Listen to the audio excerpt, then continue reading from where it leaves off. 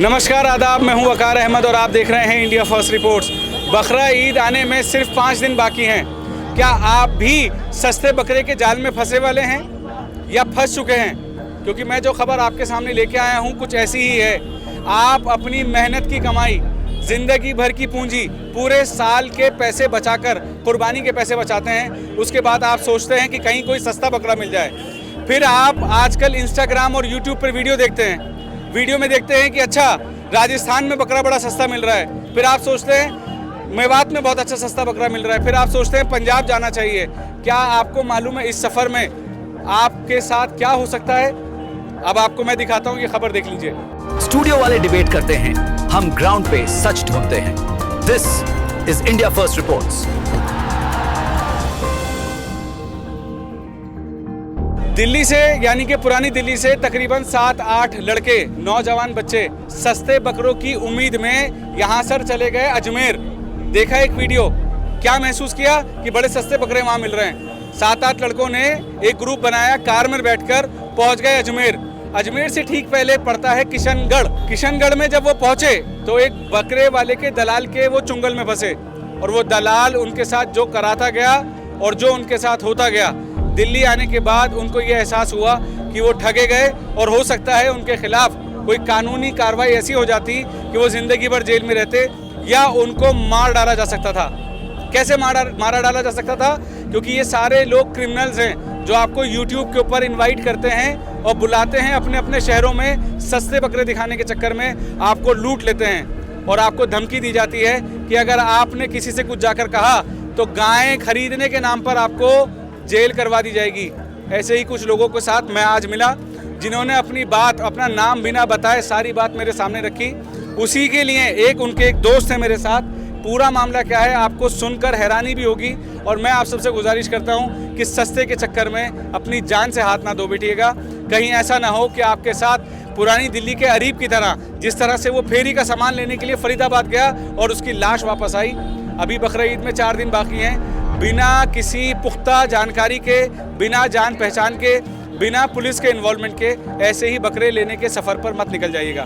सलमान, आपका बहुत बहुत स्वागत है। मुझे ये बताओ, जो आज हमने दोस्तों से आपके बात की, वो पूरा मामला है क्या, बिना नाम लिए बताओ। ये वकार भाई, सबसे पहले तो आज से तकरीबन 3 दिन पहले 4-5 जो हमारे दोस्त हैं वो मेरे पास आते हैं। मेरे पास यूँ आते हैं कि मैं एक सोशल वर्कर हूँ और एक जानते सभी मैं ML आले मोहम्मद इकबाल साहब की एक टीम का हिस्सा हूँ। तो वो लोग मेरे पास आते हैं और मेरे पास आके कहते हैं कि सलमान भाई, हम राजस्थान के अंदर बकरे लेने गए और हम जब बकरे लेने वहाँ गए, बकरे लेने जाते हैं तो वहाँ पे हमने इंस्टाग्राम पे हमने एक ऐड देखा जिसमें बताते हैं कि 290 से 300 रुपये तक किलो का बकरा मिल रहा है। कह रहे हैं वो देख के हम सब लोग एक इरादा करते हैं संडे के दिन का कि हम लोग बकरे लेने जाते हैं। जब वो लोग बकरे लेने जाते हैं, वहाँ से यहाँ से निकलते हैं और वहाँ किशनगढ़ पहुँचते हैं। किशनगढ़ में उनको एक दलाल मिलता है।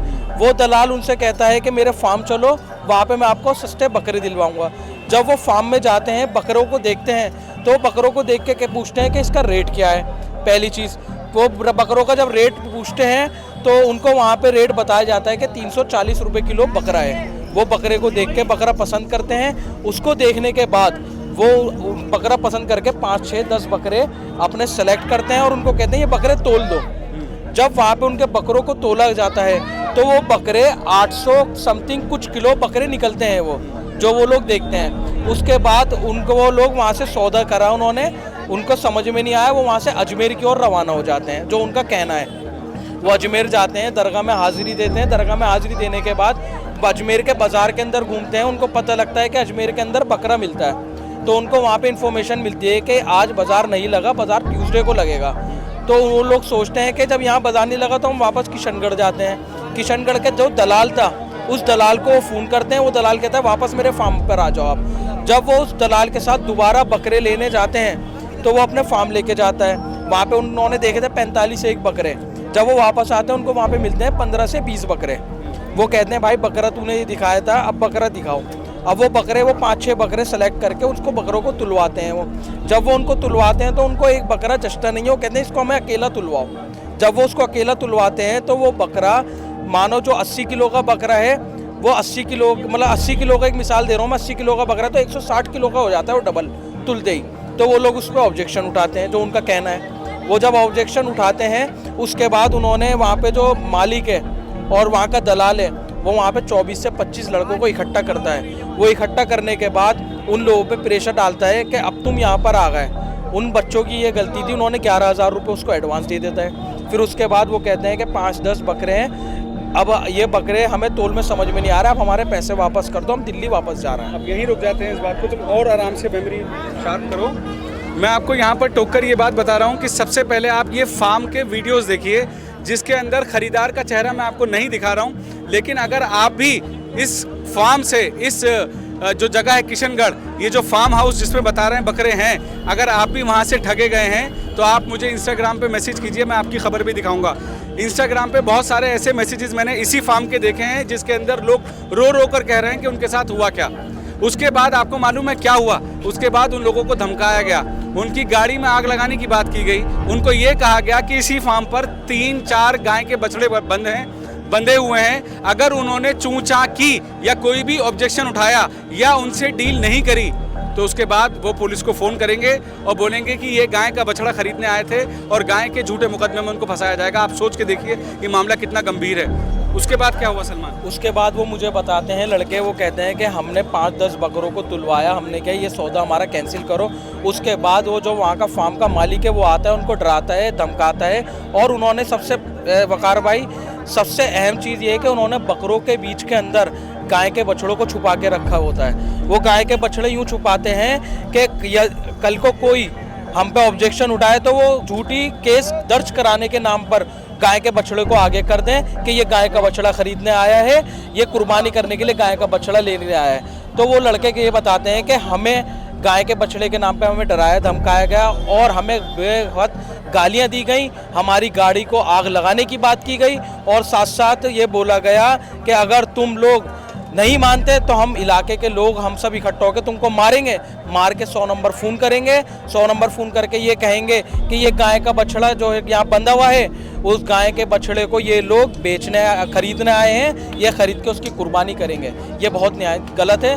वो लड़के सब डरे हुए थे, आपने खुद देखा है कि किस तरीके से आज उनका चेहरा था, वो कैमरे पे सामने आने तक के लिए लाचार हुए हैं। इसलिए एज अ सोशल वर्कर हमें आगे आना है और अपनी आवाम से अपील करनी है कि आवाम इस बकरीद के त्यौहार को, जो हमारे कुर्बानी का त्यौहार है, हज़रत इब्राहीम अलैहिस्सलाम की सुन्नत का त्यौहार है, इसको हम बकरे की कुर्बानी के साथ करने आए हैं। और सबसे अच्छी चीज़, हम मुसलमान भाइयों ने आज देश के अंदर एक मैसेज दिया है कि गाय को नेशनल एनिमल माना जाए, जिसको लेकर बंगाल के अंदर, वेस्ट बंगाल के अंदर सारा हिंदू व्यापारी परेशान है और रो रहा है और वहाँ की सरकार से भीख मांग रहा है कि आओ हमारी गाय खरीदो। लेकिन आज हम इंडियन फर्स्ट रिपोर्ट आपके चैनल के माध्यम से, मैं सलमान अहमद ये अपील करता हूँ कि गाय माता को, गाय जो इस देश की गाय है, उसको नेशनल एनिमल का दर्जा दिया जाए, ताकि जो इस हिंदुस्तान के अंदर जो कुछ फिरका परस्त ताकतें जो गाय के नाम पर भी सियासतें कर रही हैं, उनके मुंह पे करारा तमाचा